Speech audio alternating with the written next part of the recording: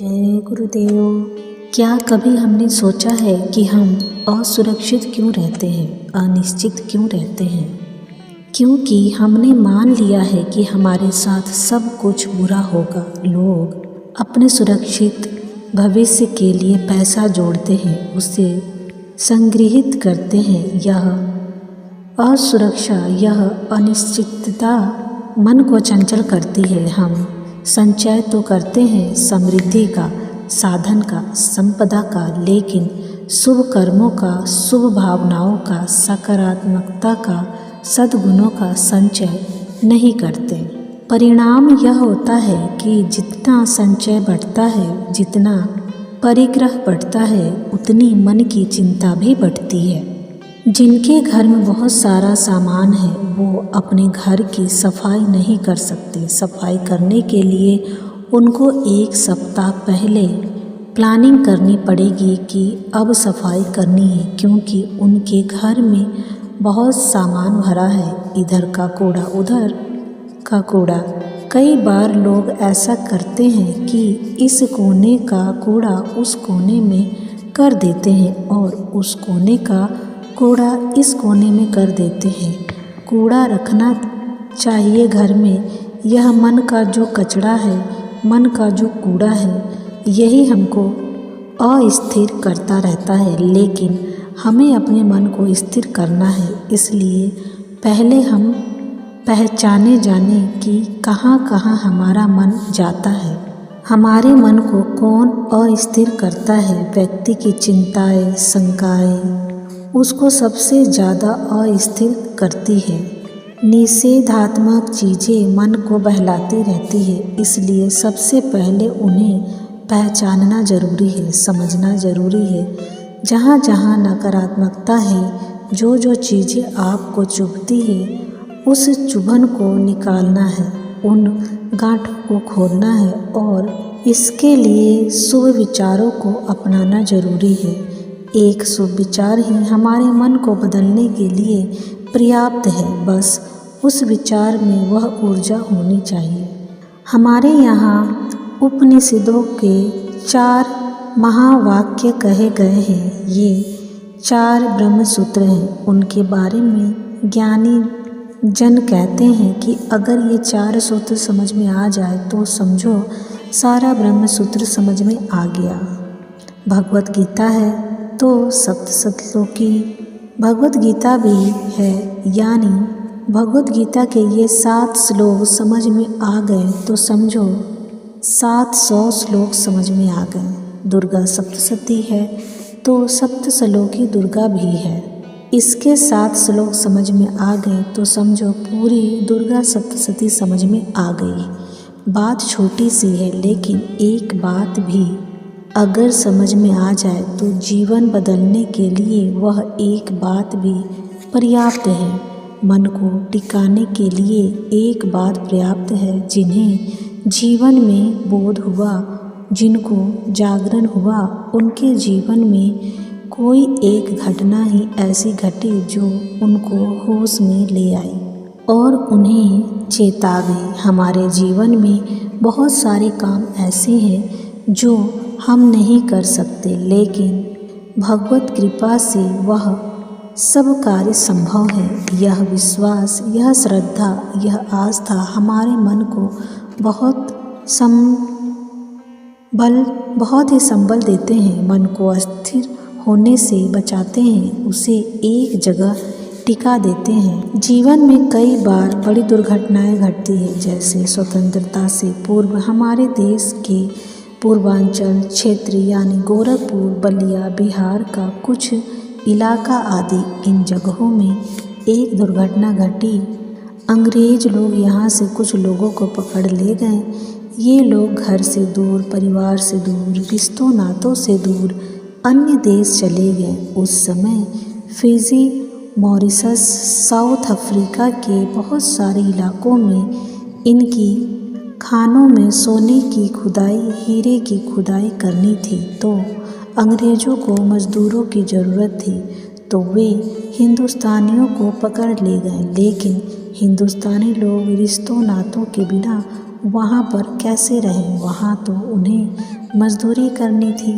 अपने रिश्तों तो उनके देश में ही छूट गए। कोई उन्हें घर वापस बुला नहीं सकता था। फिर रिश्ते बनाते के लिए वह कहीं उन्होंने शादी कर ली, अफ्रीकन वगैरह से शादी हुई। अपने साथ अपने देश से वो कुछ नहीं ले गए थे, लेकिन हनुमान चालीसा और तुलसीदास जी का रामायण का यानी श्री रामचरितमानस की कुछ चौपाइयाँ उन्हें कंठस्थ थी। वो हनुमान चालीसा और रामचरितमानस उनके लिए एक तरह से संजीवनी बन गई। उन्हें भावनात्मक संबल देने के लिए एक आधार बन गई।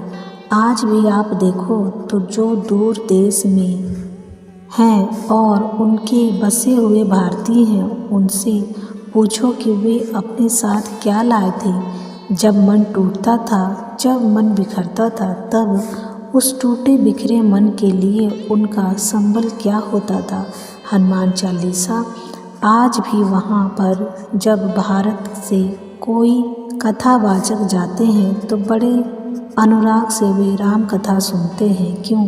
उन राम के नाम के, उन हनुमान जी के नाम ने, हनुमान चालीसा की चौपाइयों ने उनके जीवन की डोर बांधे रखी, उनके व्यक्तित्व को बिखरने से बचाया।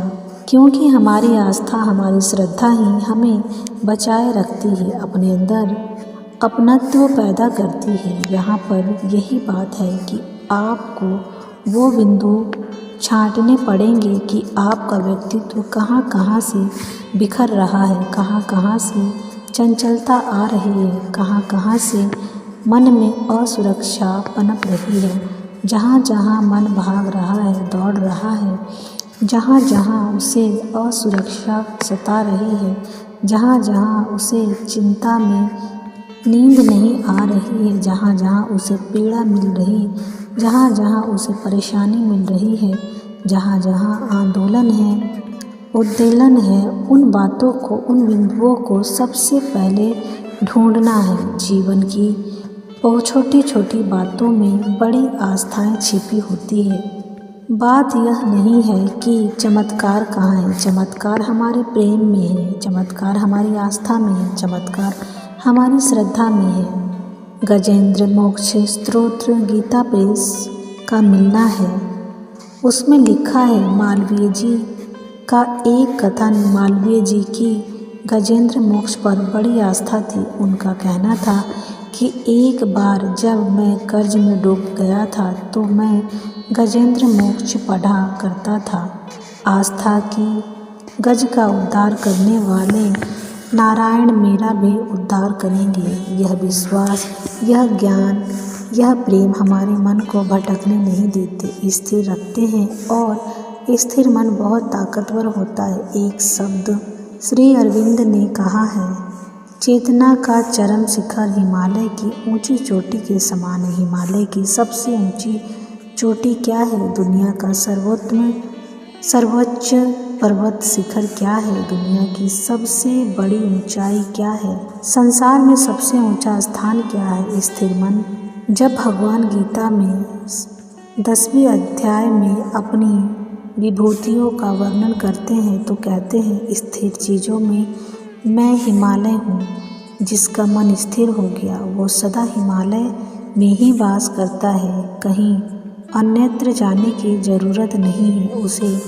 मन स्थिर है तो हिमालय में है, और मन स्थिर नहीं है तो घोर संसार में है। इसलिए अपने मन को पहचानने की ज़रूरत है, उसका विश्लेषण करने की ज़रूरत है, उसके विवेचन की ज़रूरत है, अपने को परखने की ज़रूरत है। भगवान श्री कृष्ण श्रीमद् भागवत गीता में एक सूत्र देते हैं, कहते हैं कि देखो, हम तुमको यह नहीं बताएंगे कि इस कारण तुम्हारा मन अस्थिर है, इस कारण तुम असुरक्षित हो, इस कारण तुम चंचल हो, लेकिन तुम पहचानो किस कारण है तुम्हारा मन अस्थिर। और यह पक्की बात है कि जहाँ जहाँ से तुम चंचल हो रहे हो, जहाँ जहाँ से तुम अस्थिर हो रहे हो, जहाँ जहाँ से तुम परेशान हो रहे हो, वहाँ से कोई निषेधात्मकता, नकारात्मकता तुम्हारे अंदर प्रवेश कर रही है। वहाँ कोई निगेटिविटी ज़रूर है, वहाँ उस कोने में अंधियारा ज़रूर है। जिन कोने में अंधियारा है वहाँ उजाला पहुँचाने के उपाय ढूंढो।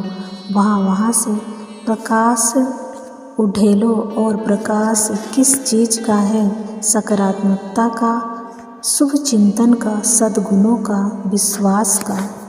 और इसे अपने अंदर धारण करो।